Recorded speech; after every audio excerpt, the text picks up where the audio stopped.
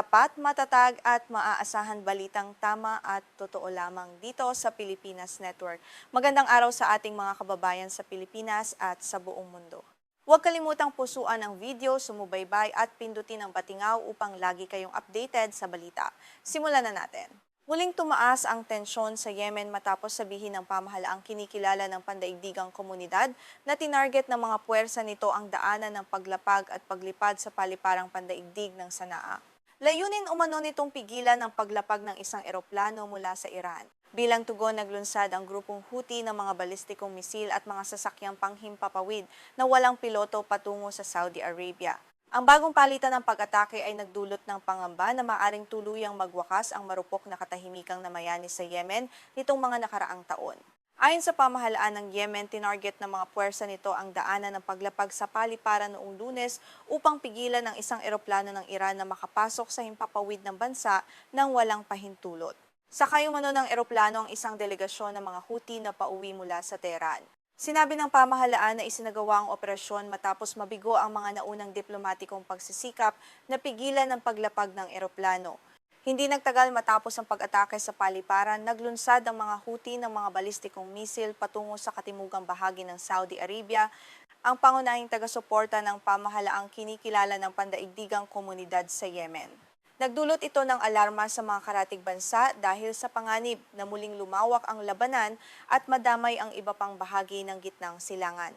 Upang maunawaan ang kalagayan, kontrolado ng mga Houthi ang kabisera ng Yemen na Sanaa, malaking bahagi ng hilagang rehiyon, at ang mahalagang daungan ng Hodeida sa baybayin ng Dagat na Pula.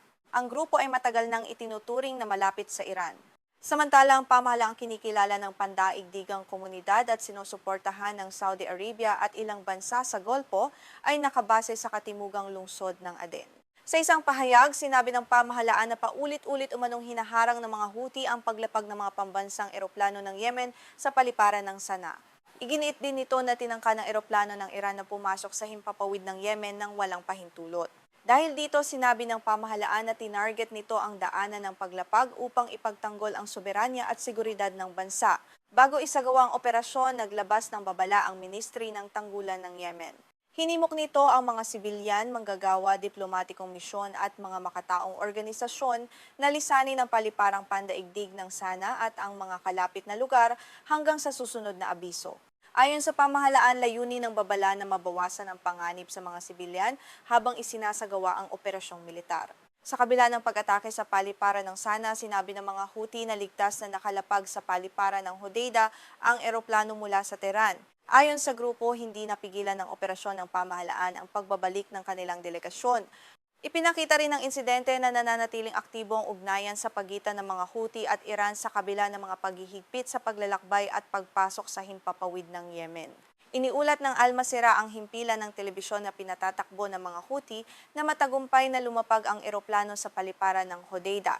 Ayon sa ministro ng transportasyon ng grupong Houthi, sakay ng eroplano ang kanilang delegasyong nagmula sa Tehran, ilang pasyenteng nangangailangan ng gamutan, at mga mamamayang hindi makauwi dahil sa mga paghihigpit sa paglalakbay. Mariing kinondena ng mga Houthi ang pag-atake sa paliparan at isinisi ito sa Saudi Arabia. Gayunman, hindi agad nagbigay ng tugon ang mga opisyal ng Saudi sa paratang. Nagbabala ang tagapagsalita ng militar ng mga Houthi na si Yahya Saree na hindi nila palalampasin ang pag-atake at maglulunsad sila ng kaukulang pagganti laban sa mga itinuturing nilang responsable. Kinondena rin ng Iran ang pag-atake.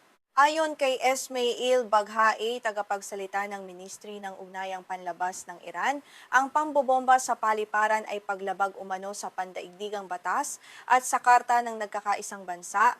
Sinabi niyang nilalabag nito ang soberanya at kabuuan ng teritoryo ng Yemen at lalo lamang nitong pinatataas ang tensyon sa rehiyon.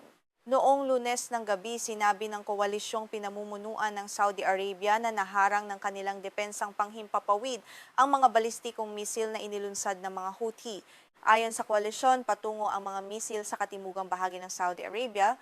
Wala namang agad na naiulat na nasawi o malawakang pinsala mula sa insidente. Sa isang pahayag sa isang platapormang panlipunan, kinumpirma ni Turki al-Maliki, tagapagsalita ng koalisyon, na naharang ng kanilang mga puwersa ang mga misil. Tinawag niya itong seryosong banta mula sa grupong Houthi. Gayunman, walang inilabas na detalyadong impormasyon tungkol sa eksaktong bilang ng mga misil o sa lugar kung saan nahulog ang mga labi ng mga ito.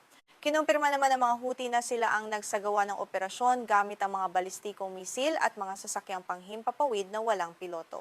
Sinabi nilang ang paliparang pandaigdig ng Abha sa Katimugang Saudi Arabia ang kanilang pangunahing target bilang pagganti sa pag-atake sa paliparan ng Sana. Ang pagtutok sa isang paliparang ginagamit ng mga sibilyan ay muling nagdulot ng pangamba para sa kaligtasan ng mga pasahero at sa operasyon ng mga kumpanya ng himpapawid. Dahil sa tumitinding tensyon, nagbabala si Yaya Sari sa mga pandaigdigang kumpanya ng himpapawid na iwasan muna ang paglipad sa himpapawid ng Saudi Arabia. Ayon sa kanya, mananatiling mapanganib ang lugar hanggat hindi inaalis ang tinatawag ng mga Houthi na pagharang sa paliparang pandaigdig ng Sanaa. Matagal nang iginigiit ng grupo na ang mga paghihigpit sa paliparan ay nagpapahirap sa paglalakbay ng mga pasyente at ordinaryong mamamayan. Nag-ugat din ng bagong tensyon sa mga naunang akusasyon ng mga Houthi laban sa Saudi Arabia. Noong unang bahagi ng buwan, inakusahan ng grupo ang mga eroplanong Saudi ng pagtatangkang harangin ang isang eroplanong Iranian na maghahatid sa kanilang delegasyon patungong Tehran. Ang delegasyon ay nagtungo roon upang dumalo sa isang opisyal na pagtitipon. Nagbunga ang insidenteng iyon ng serye ng mga pagbabanta mula sa magkabilang panig. Ang pinakahuling palitan ng pag-atake ay nagbabanta sa hindi formal na paghupa ng labanan sa Yemen, bagaman matagal nang nagtapos ang formal na tigil putukan na pinamagitan ng nagkakaisang bansa noong 2022, nanatiling mas mababa ang antas ng direktang sagupaan sa pagitan ng mga Houthi at ng koalisyong pinamumunuan ng Saudi Arabia. Nangangamba ngayon ng maraming tagamasid na maaaring bumalik ang regular na pag-atake sa mga lungsod at mahahalagang pasilidad sa Saudi Arabia. Naglabas din ng akusasyon si Muammar bin Mutahar al-Erian, ministro ng impormasyon ng pamahalaan ng Yemen. Sinabi niyang pinigilan umano ng mga Houthi ang isang eroplano ng pandaigdigang komite ng Pulang Cruz sa paliparan ng Sana at hindi agad pinayagang makaalis ang piloto at pangalawang piloto nito. Gayunman, sinabi ng isang kinatawan ng organisasyon na ligtas at kumpleto ang kanilang mga tauhan at ang buong tripulante, hindi pa malayang napatutunayan ang lahat ng detalye ng insidente. Bago ang pag-atake, sinabi ng ministro ng tanggulan ng Yemen na sinubukan muna ng pamahalaan ang mga diplomatikong paraan upang kumbinsihin ang Iran at ang mga Houthi na huwag pumasok sa himpapawid ng bansa ng walang pahintulot. Ayon sa kanya, matapos mabigo ang mga pag-uusap, nagpasya ang pamahalaan na gumamit ng puwersang militar upang pigilan ang paglapag ng eroplano.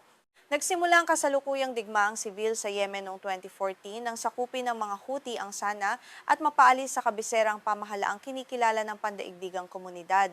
Noong 2015, namagitan ng koalisyong pinamumunuan ng Saudi Arabia upang subukang ibalik sa kapangyarihan ng pamahalaan.